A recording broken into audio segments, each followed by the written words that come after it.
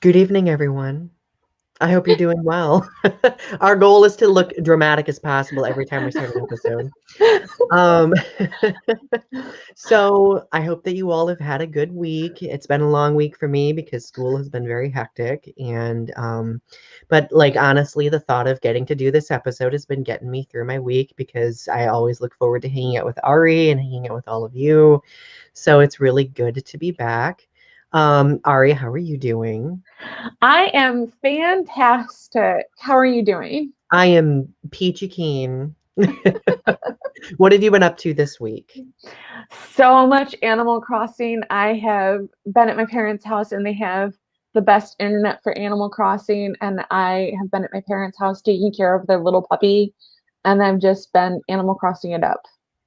Woohoo! That's awesome.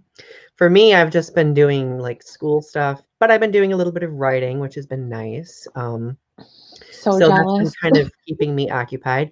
And it sounds like Rogue Agent Killer Rodan had a bad week. I'm sorry to hear that your week wasn't a good week. I hope that the Oh, weekend is better. no.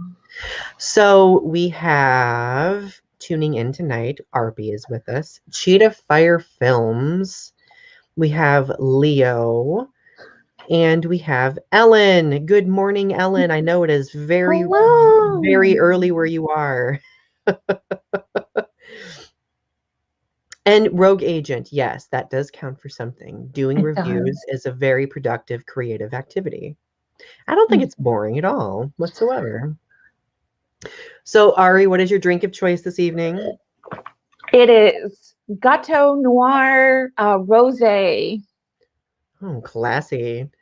I have a Pacific Fruit Vineyards from Aldi. It is a peach wine hard seltzer.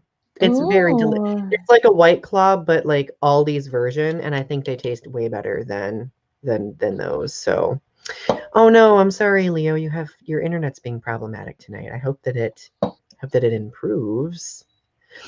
Um, Okay, so we've been really looking forward to talking about this topic tonight, and we've kind of touched on it in a few areas, but we really wanted to place a focus on it for this episode because both Ari and I have been drastically affected by gatekeeping in a variety of different ways. And we know that a lot of people are affected by gatekeeping, especially if people are in marginalized communities or fandoms where, like maybe certain perspectives or views on things might be deemed, not the norm that everybody else seems to like. Okay. So I think that might be part of our conversation today as well. Obviously, before we both get into talking about gatekeeping, I want to make sure that we read our show's mission statement. Many witness different atrocities, large or small, that fray the social fabric around us, and much of the time, many may feel powerless and know not how to address such things. This fray has gotten worse with the rise of social media because we're all able to kind of share in this collective trauma as it goes viral in real time. So this collective grief or outrage is experienced on a mass scale. So our goal with this show is to answer the question of what can we do to mend the communities that have seen this considerable tragedy, most of which privileged groups have caused and may not know of their personal involvement. Our goal is to explore that through this show. And our main mission is to work toward restitching that social tapestry so we can better understand that social fabric and what we can do to bolster it and make it stronger.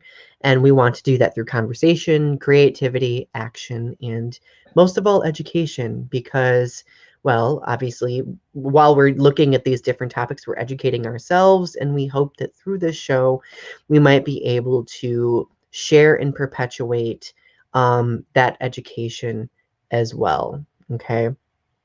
Um, so yeah, like we're hoping that this might be a very informative episode. We'll see.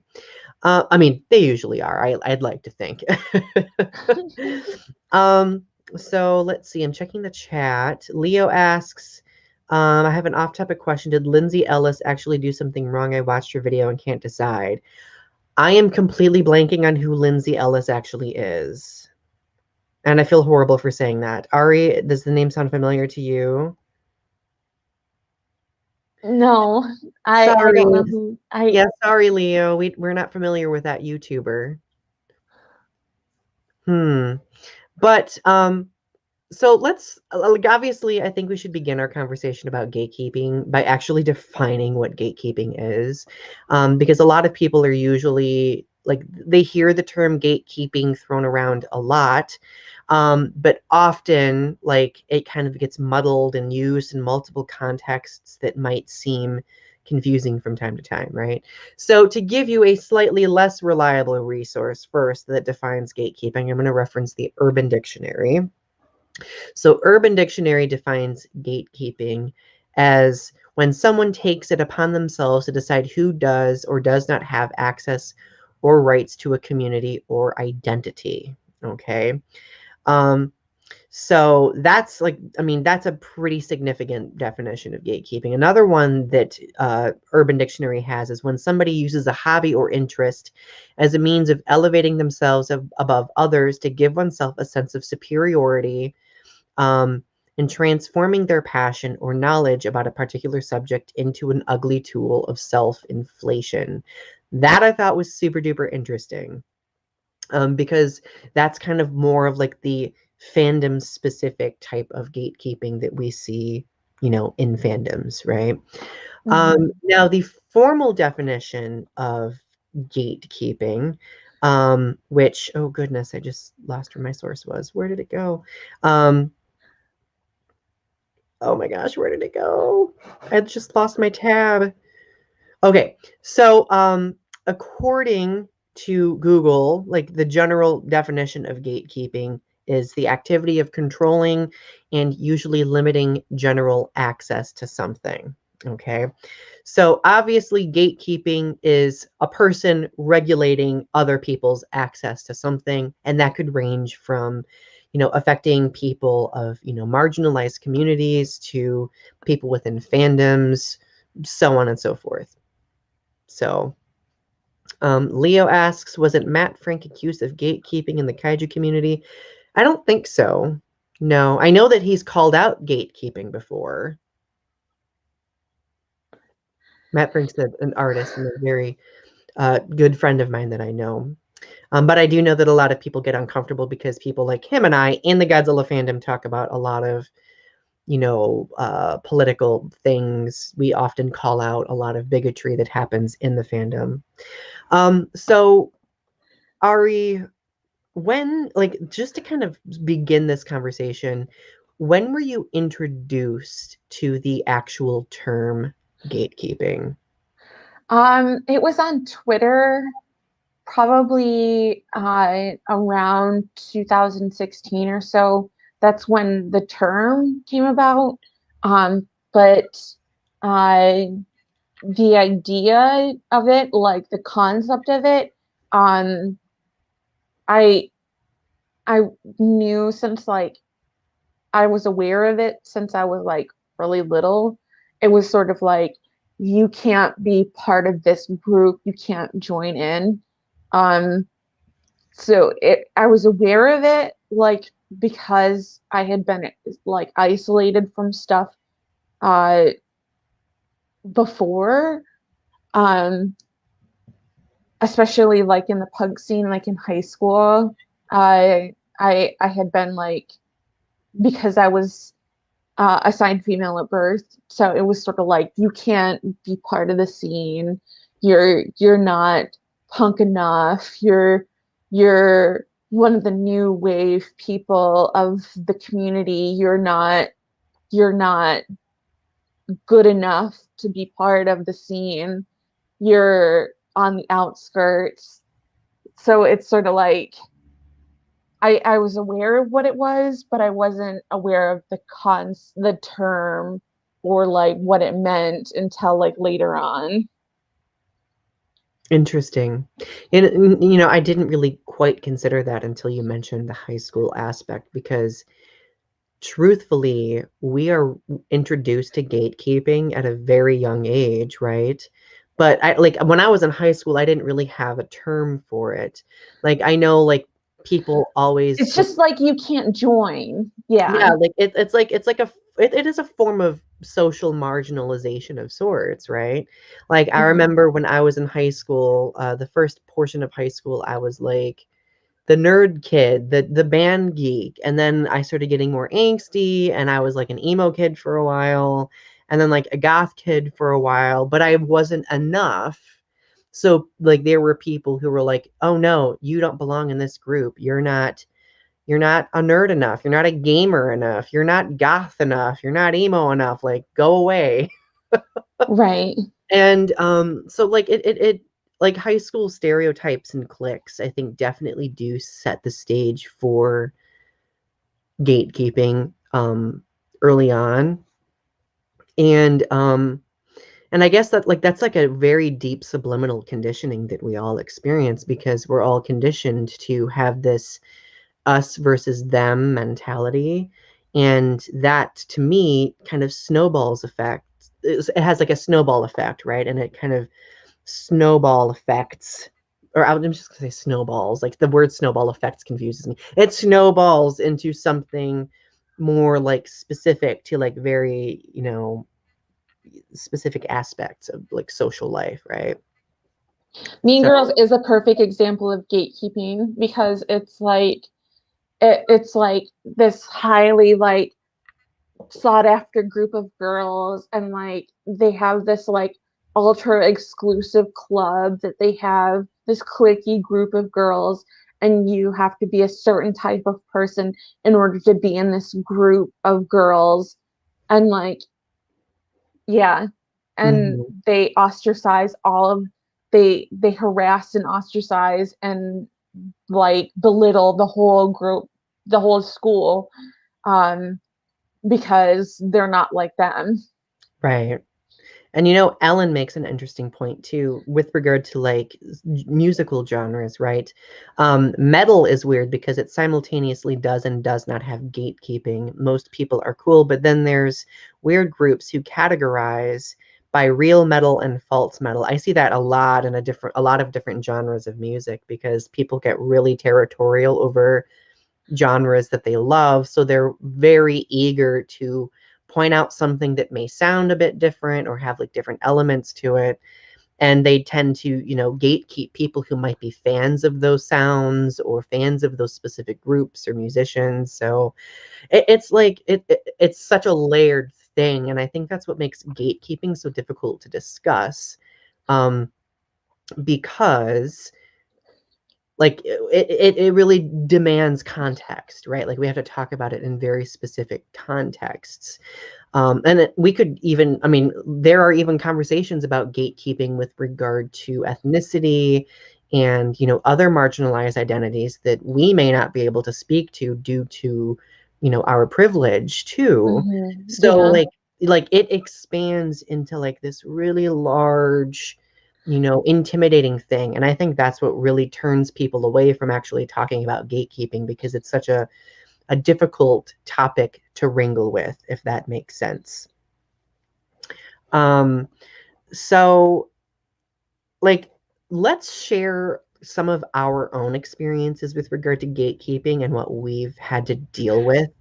I know both Ari and I, we could probably both individually do an entire episode about the gatekeeping that we have experienced over time. So, Ari, do you want to take turns or do you want to just share all of yours first? Well, how would you like to do this? Let's take turns. So my first experience, like I said, was in high school, and it had to do with punk music. I um first of all, I I was kind of an average kid. I liked pop music and rock music to start, but then I started to drift into pop punk and then into regular punk. So I kind of drifted into like liking Avril Lavigne and um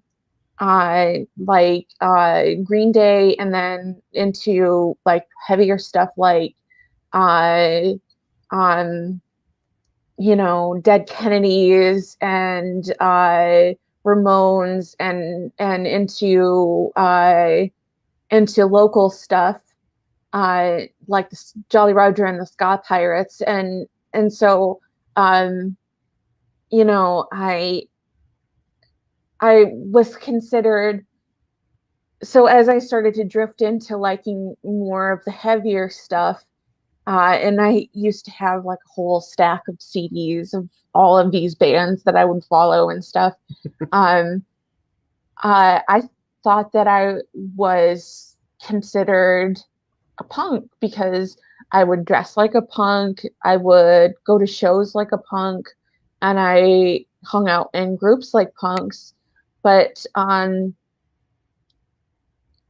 there were people who would put me on the outskirts and say that you are not a punk because uh, one, you're a woman and you're just they would call me a skag hag.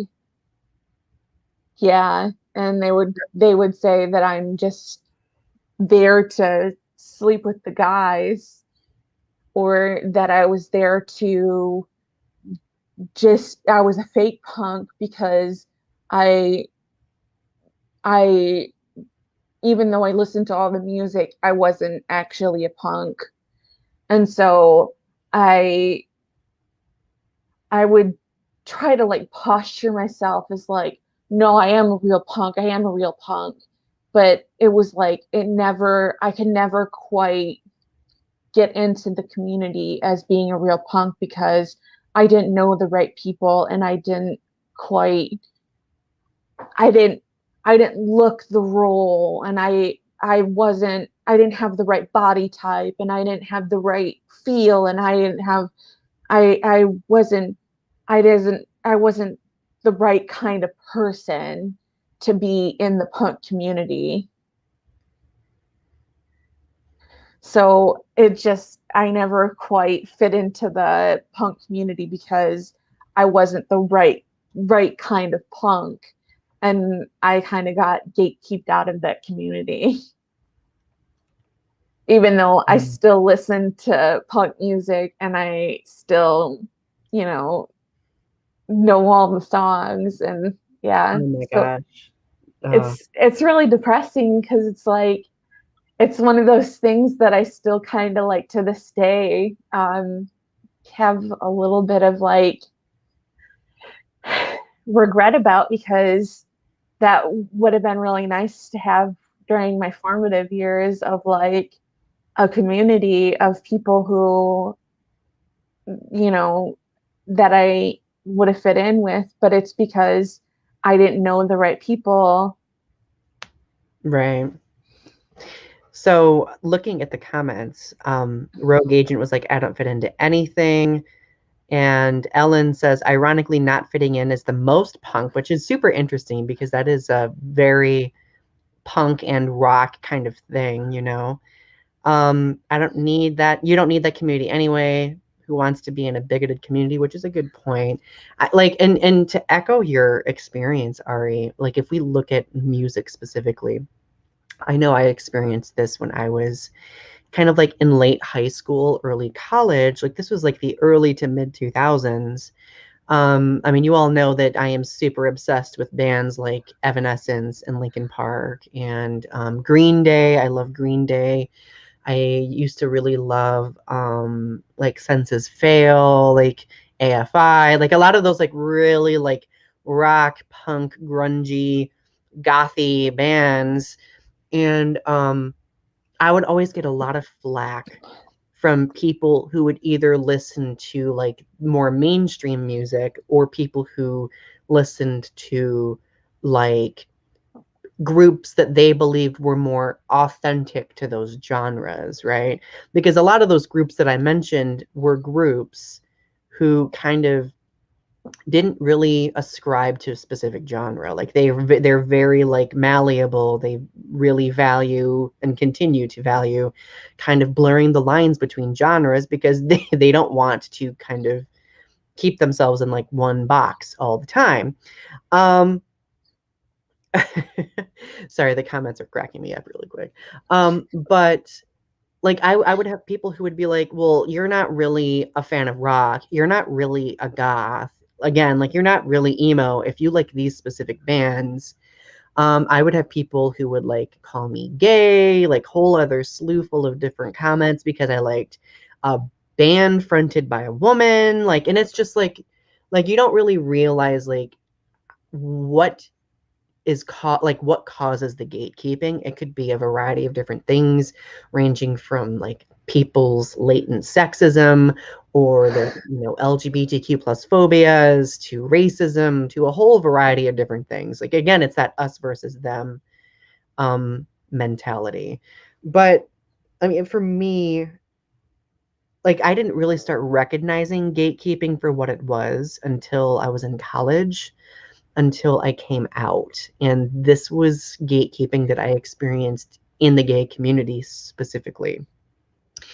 And I know I've mentioned this in a few videos before, but obviously when I came out, like I was really eager to fit in with, the LGBTQ plus community because I had been very isolated. I like was kind of disenfranchised from my family for a while. I didn't have a lot of friends when I first started college. So I really wanted to make connections with people. I wanted to find love and, romance and all that jazz. But I quickly realized that there was a lot of gatekeeping, especially among gay men.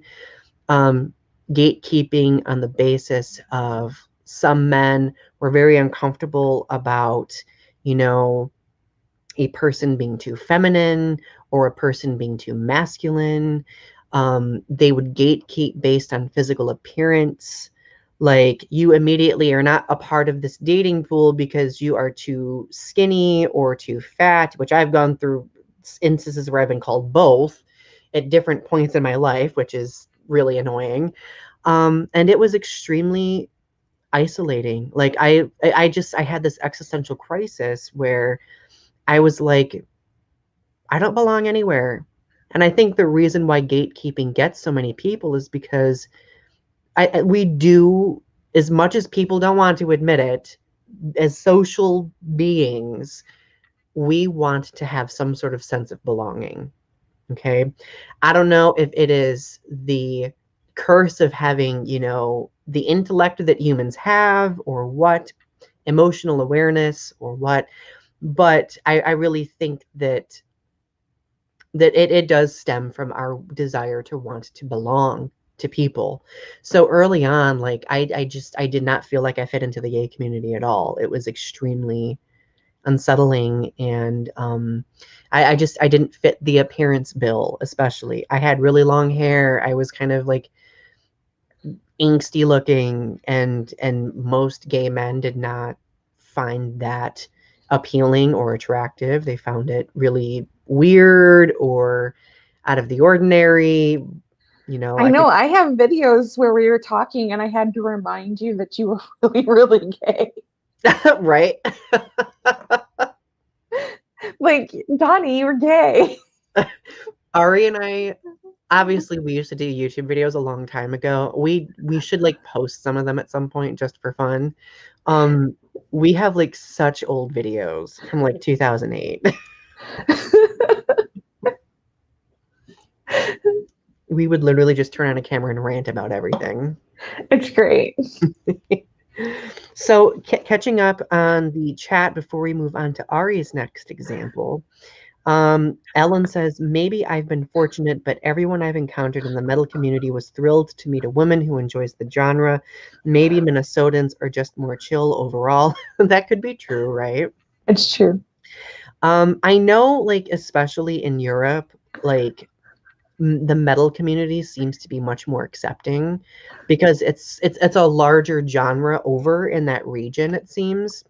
Um, Leo asks, isn't bi erasure considered gatekeeping in the LGBTQ plus community? Ari, would you like to speak to that one? Um, it is, yeah. So with bi erasure, it's a little bit gatekeeping in that you're not lesbian enough for the lesbians, and you're not as far as like straight people, like you're you're too gay, like they want you to be straight, but they don't want you to be, you're like you're too gay for the straight people, but you're too straight for the gay people. So it's like it's kind of like you're gatekeeping, but it's more like you just don't fit in. Right. Yeah. It's kind of just like you don't win either way. You're just kind of screwed. Right. Rogue Agent says the closest thing to gatekeeping for me is from the LGBT community when some gay men attack me for supporting trans women. That is another aspect of gatekeeping in the LGBTQ plus community for sure. There are a lot of LGB people, mostly L and G people, who think that the T should be removed from the identity Um, grouping, which is kind of horrifying to think of, in my opinion. But that was the first time I experienced gatekeeping was in the trans community. I first started coming out as I first started to realize that I was non-binary in 2016, and I was starting to have questions about it, and I was on Twitter, and I was really starting to like think about it, and like I had questions about it, and I was starting to ask people about it on Twitter, and that's when I started to realize what gatekeeping was, because it's like, but I realized why it was happening is because a lot of trans women, they're tired because a lot of people put a lot of emotional baggage on them and a lot of emotional um, just they need a lot of emotional work put on them, so they're just really tired, and they get erased a lot, and they just have a lot of like just a lot of problems put on them.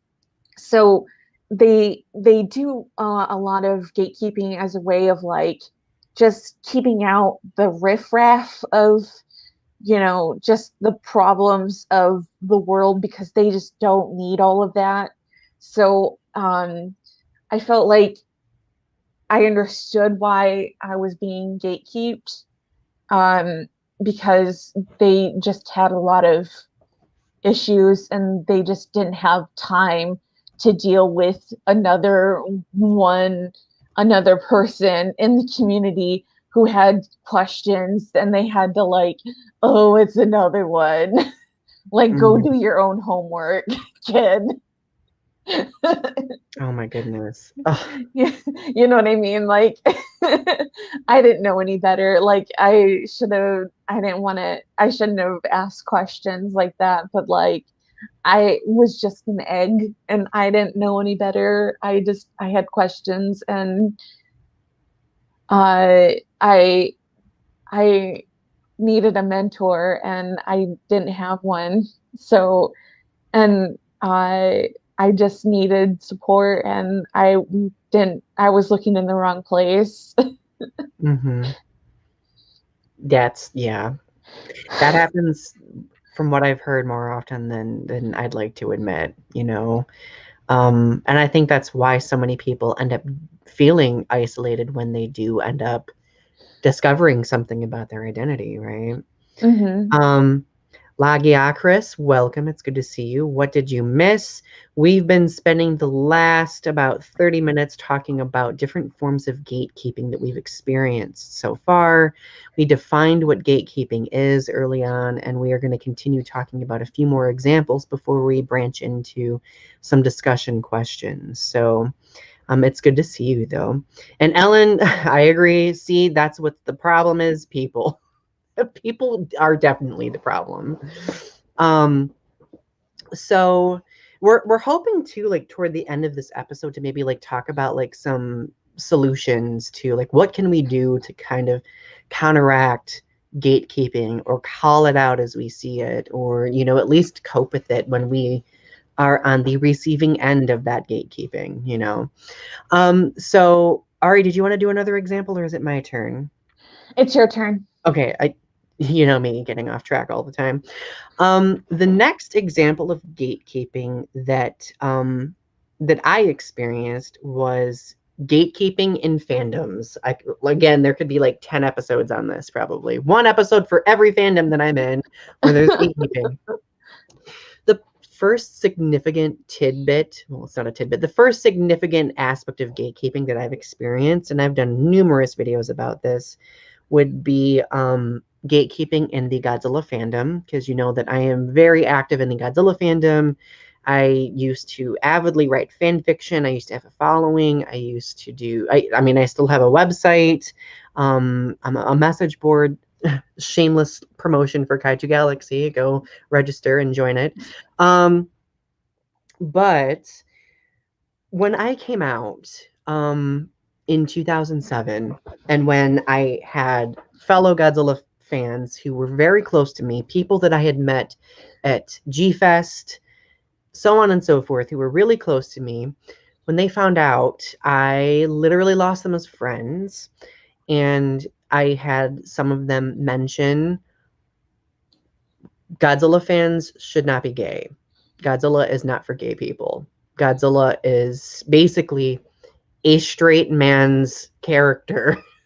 And I'm just like, how is a radioactive dinosaur, this mutated creature, how is this more for straight men than it is for anybody else, right?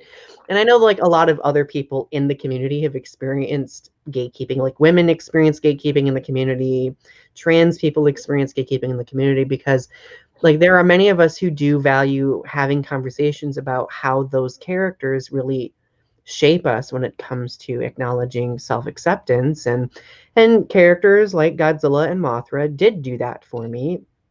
I really related to Godzilla because like there were many situations where I felt like this misunderstood anomalous creature who in a way was just like being exposed to things that it couldn't control, you know. I really felt like that a lot, and I could relate with that. For Mothra, like I really related to her in the sense that like despite all that would happen, she would always be self-sacrificial, do the right thing, like a moral center. So like that really was important, you know, to me. And of course, like I would have people who would be like, well, that's stupid. You're over analyzing.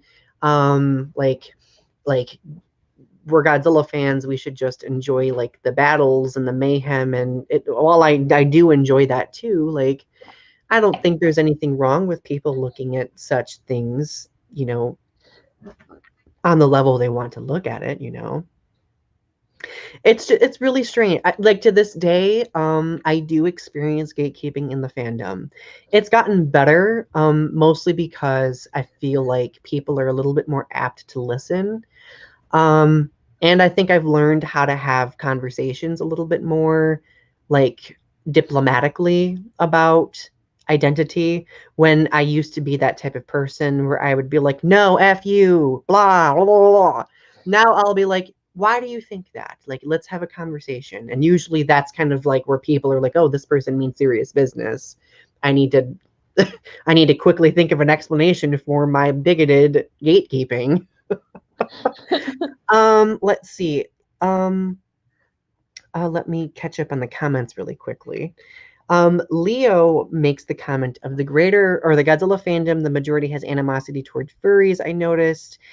Yes, and I think it's because a lot of people in the fandom are very uncomfortable with like any type of romantic relations between characters or ships between characters. They personally do not bother me, because I think everyone's preference is their preference with what they choose to do with characters, what they choose to find wholesomeness in with characters. Um, Lagiacris asks for a review of what the definition of gatekeeping is. Essentially, gatekeeping is where certain people or groups of people dictate or try to define how others should have access to or like specific things. Especially the people who think of things differently or look at what they like differently than the majority. Those are often people who get gate kept. Yeah. Um, Ellen. One of these days I will cosplay as Mole just for you. Nice. And Leo, yes, that is a very good explanation. Thank you. But yeah, that is my Godzilla gatekeeping experiences in a nutshell. Ari, it's your turn. I experienced gatekeeping in the horror fandom. So I follow, I don't know if you know this, but so previously I've had problems with David Lynch, but those problems have been resolved. And I watch David Lynch theater every so often. And I started following this guy who made videos that were related to horror that I got to know because of David Lynch theater. And he was looking for people who were uh, wanting to do horror segments on his show. And he was really making himself doing important, doing all these streams. He was like, oh, yeah, I really think that like we could do a whole lot together. And he made himself seem like really important and like that we could do all this stuff. And I emailed him and I was like, yeah, I have all this experience in horror. Like I've watched all these horror movies and I have all this experience and like I do all these critiques and stuff.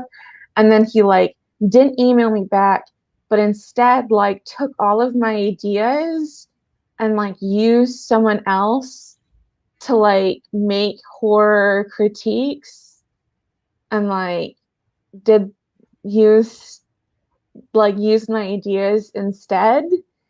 And Oh my like God.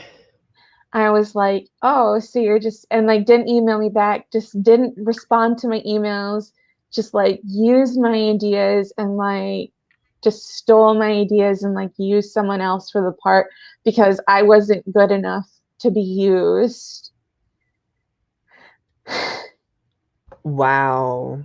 And I was like, oh, and I was like, if that's not gatekeeping, I don't know what is, but I was like super upset about that. And like I had subscribed to his Patreon and like I was like commenting on his videos and like I had followed him for like several months and like I was like I don't know what I had done to like deserve such disrespect. And then he like made a stream where he I'm pretty sure he talked about toxic people and it was like talking about me, but then he deleted it right away. And like he would do that where he would talk about people and then like delete it right away so you couldn't like figure out who he was talking about.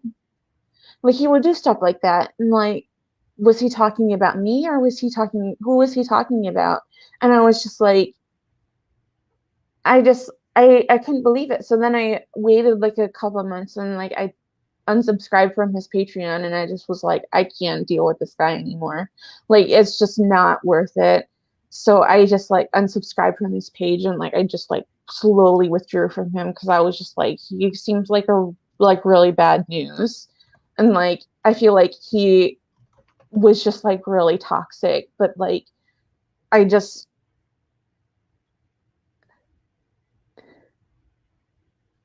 but Wow. that felt like a really bad circumstance of gatekeeping because like you know me like I watch horror movies all the time and like I do pretty good reviews on them and Well, like you've had a wealth of experience with analysis, with criticism.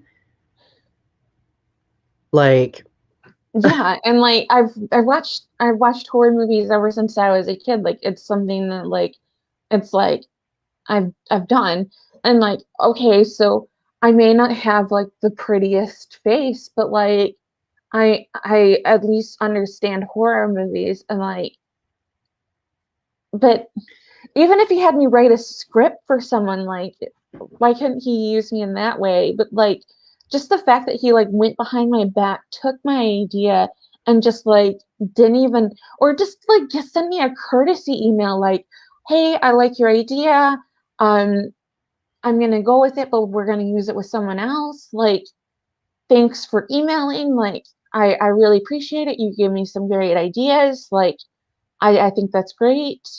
Like, I mean, just a courtesy email. Anything, like anything would have been it way more decent than what this person did. Like It to was, me, that's a very insidious form of gatekeeping. yeah. So I felt really bad after that. And it just like, it left me with like bad feelings and just like, it made me feel like I couldn't trust people after that. And like, I felt like just really confused and just like upset.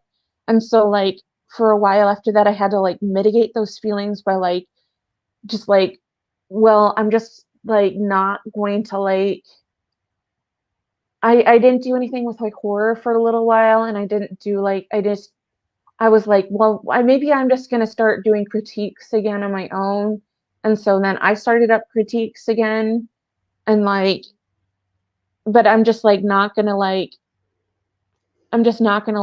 make a big deal about it. But like I just didn't yeah, I just was like, I'm not gonna not make a big deal about this and just like not yeah, I'm not gonna talk about how he like burned me on my channel and like but like this is the first I've really ever talked about it where I like said anything because um I didn't want to like give him that power, you know. Right. Well, and see, the thing is, that's what makes gatekeeping so insidious. It is a power dynamic, because the people who do the gatekeeping typically are the ones who either have more followers or have people who support their stance in a given conversation, and then they use that to their advantage, right? And like that's really unsettling. I am really sorry that you experienced that. Yeah. That's that, and that really speaks loudly about that person's character.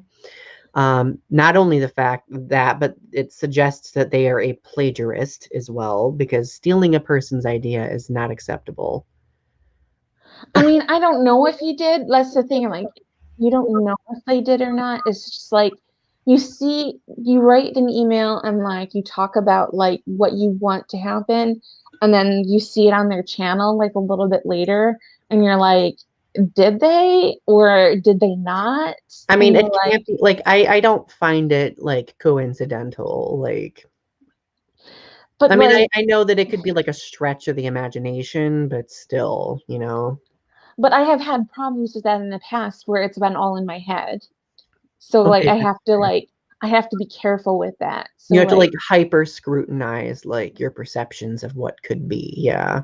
right. Yeah. Let's see. Catching up on the comments. Oh, I'm glad that you're excited, Arpy. Thank you for my reading at the end of the month. The only gatekeeping that's acceptable, put on a damn mask. Right? Oh my God. Put on a mask. Put on a I've had, like, I know this is kind of off topic randomly. I've had so many people that I know over the past week and a half who have gotten COVID. Like, it's gotten pretty bad here in Michigan. I'm Yeah, worried my mom might have COVID. really. I'm worried my parents do, because my parents have been having some issues too. Like my mom went to Florida and she had to get a walker because she couldn't walk more than 50 feet without like breathing hard and like coughing. She says, "Oh, well, I don't have a fever." And I said, "You don't need a fever to have COVID." Time to get tested. I was like, "You need to go to the doctor." And she says, "I'm fine." And I was like, "You're not fine. You're using a walker." My goodness. And Rogue Agent, I'm not sure if that counts as gatekeeping. Um, I mean, that could simply be I don't know if it was a policy of the restaurant or something. I'm not 100% sure. Um, Congratulations, Leo, on getting your first vaccination next Wednesday. I got my first one last week too. Ari, you're completely vaccinated, right? I'm double vaccinated. On Monday, I'll have been 2 weeks since my vaccination. Your vaccination anniversary. I'm like, and I got the Moderna one, so I'm like sewer set. No Johnson and Johnson for this chick. I know I got the Moderna one too. Um, so like obviously kind of like circulating back to the LGBTQ plus perspective of gatekeeping, like there's also like larger swaths of gatekeeping when you consider access to things, because gatekeeping really is also a regulation of people's access, whether it be access to healthcare or access to certain rights, certain privileges, so on and so forth. um and I know we've talked about that in other videos, but like I would even argue that that is even a an aspect of gatekeeping too. Yeah.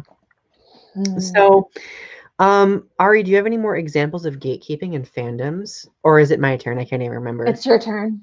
See, I'm glad that you are keeping track of whose turn it is. So the next example of gatekeeping that I've experienced is in the poetry community, actually. Me Um, too. oh my gosh, I'm so excited to talk about this. So the poetry community is a very strange balance, well, a very strange like division of people who are either like they're like very much like in academia. They are very cerebral with poetry in the sense that they kind of worship the greats. And there's nothing wrong with worshiping the greats and respecting them, because I think we should acknowledge and respect them. But they assume that all poetry should be like William Wordsworth's poetry or Walt Whitman's or Emily Emily Dickinson's, Dickinson. or like all of, or Shakespeare, like all of these people who are like very like significant, pillars Very, of influence. very smart and Right. very And intelligent. yeah, and if you write poetry that is in any way different from that, you're considered, oh, you're being over sentimental. Don't talk about your feelings in poetry. Whoa. And then there's the other end of the spectrum where there are people who think of poetry largely in the commercialized aspect, where they will write very like Hallmark-esque poetry that's like very like simple, and there's nothing wrong with that. Like The everybody has Instagram poets. right, like Instagram poets, right? And those people tend to be gatekeepy, because if you write poetry that might be a little bit more, let's just say, lengthy or cerebral than theirs, then they kind of get distance with you, and they're like, oh God, like, no, that's, people need to be able to connect with poetry. So why would you write like that? So like, it's just like this weird, like juggling of in between, of a being in between. And for me, like my biggest obstacle is I've had publishers and other poets tell me, Donny, don't write about politics. Donny, don't write about LGBTQ plus stuff. Donny, don't write about feelings. Donny, don't write about having been bullied or having issues with toxic masculinity, blah, blah, blah, blah, blah. And I'm kind of just like, why? Like, poetry has always been about creating a social commentary about the forces that oppress, about the world around us, about the human condition, about human existence. And isn't feelings part of the human condition? Aren't, politics and all of those other things aspects of humanity that should warrant conversation? So, like, when people say that, I'm kind of like, well, what are you talking about then in your poetry? like what are you talking about then? Because that to me seems like it covers a lot of ground. Mhm. So as I've gotten more experienced, as I've started teaching poetry, as I've gotten published, I've gotten a lot more confident in basically looking at those people and being like, Bye. Like enjoy, like you can enjoy what you're doing. That's great. Let me enjoy what I'm doing. That's like I will fully enjoy what I'm doing. Um, but it like to me it just seems like there's like it's just very unnecessary gatekeeping. Yeah. How For about me, you? publishers don't want to hear about mental health stuff at all. They do not want to talk about uh, radical feminism, and they do not like the form of poetry that I write. They are very, it's very thin acceptance rating. I have to, I skirt a very thin line.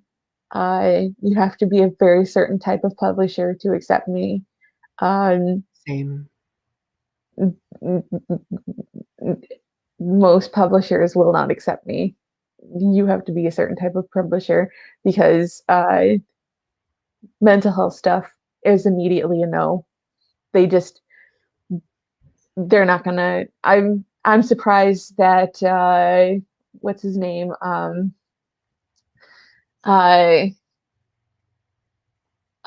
that one poet back in the 90s got published that was really famous. Do you know what I'm talking about?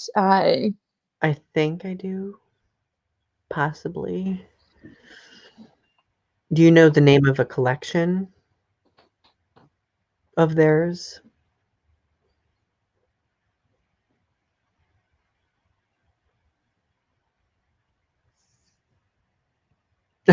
Leo. Bye, Felicia.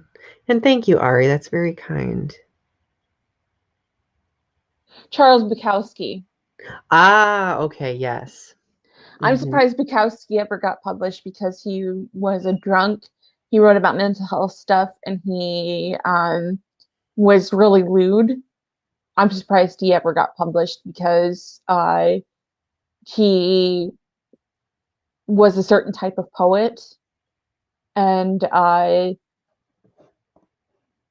he just didn't fit into a certain type of genre because yeah, but he was poor his whole life and he worked in a post office most of the Hmm. time. Yeah. Yeah, like I also have had my poems about mental health frequently rejected because a lot of people deem mental health as being too sentimental or too controversial, which again baffles me considering poetry has always been about controversy in the sense that it defies power, it creates commentary about those different powers. So it's just like, to me, that's always been like what poetry has been about. There's like a certain rebellion in it, a certain confessional quality to it. And see, like I do, like if we are going to look at poetic greats, like for example, Sylvia Plath, like I appreciated Sylvia Plath because she, along with other poets like Anne Sexton, kind of like created their own genre of poetry, confessional poetry. When other Which people, she fit into the broken woman mm-hmm, stereotype, and so she got published because she was the broken woman, and right? so Oh yeah, yeah, mm-hmm. Well, and at that time specifically, like that was very appealing to men, because oh well, like I can fix this woman, kind of a mentality. So, but I know like based on a lot of her interviews and stuff, she didn't really care what other poets thought about what she wrote and genre and stuff like that. but So, she's a rare case. Like most publishers won't touch mhm, mental health stuff because they don't want to they don't really want it's not really in their they think it's like wheelhouse, not palatable or whatever. Yeah. right? They want stuff about like the flowery aspects of nature, like talk about flowers and trees and Right. I mean, don't get I me mean, wrong, like I love nature nature poem, nature but is great, but like I'm gonna like throw in the darker parts of nature, like decay and and nighttime and a good thunderstorm. and the fact that my mental health has, is like has in the past crumbled and like Yep. in that storm. Oh. So, since we're moving closer toward the end of our episode, let's start exploring a few discussion questions. We've already talked about the first one, which we were going to talk about whether we were victims of gatekeeping. We have been, and many of you have also talked about it as well. Um, Another question that we had is gatekeeping a form of bullying? I would say yes, for sure. When you exert your power over someone else and when you shame them or make them feel horrible for liking something or make them feel like they aren't part of a community, that is definitely bullying. Yeah. Yeah. Um, Now the more difficult question is when gatekeeping happens, how does one call it out and hold it accountable? Ari, what do you think about that one? Um, well, I mean, you've made videos about it. So, I mean, you have people that you can go to that you can call it out to. Um, but I mean, just saying something like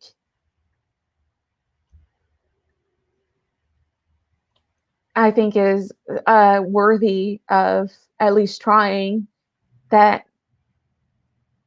I mean, I don't always do it because and I have fallen victim of being silent, but just saying something, just putting it out there that you have been victim of this, at Mhm. least as a first step. Um, Like that sharing that story of sorts, yeah. yeah, Kinda like what we're all doing right now, right? yeah, Um, you make a really good point, like, I think that is a very like, part of that first step that you were illustrating, I think, is making the decision of if it's safer for you to stay silent or safer for you to say something, right? Because if it's unsafe for you to speak out against it, like, if you're in a very vulnerable place and calling out someone's gatekeeping might cause a fight and lead to escalated, like, harassment or anything like that. Like sometimes it is necessary to stay silent or remove yourself from the situation. And it might be pride damaging, yes, but at the end of the day, like your well-being like it takes precedence, right? I hmm would say like if you do feel that you're able to call out gatekeeping as you see it, I would do it with questions. Okay.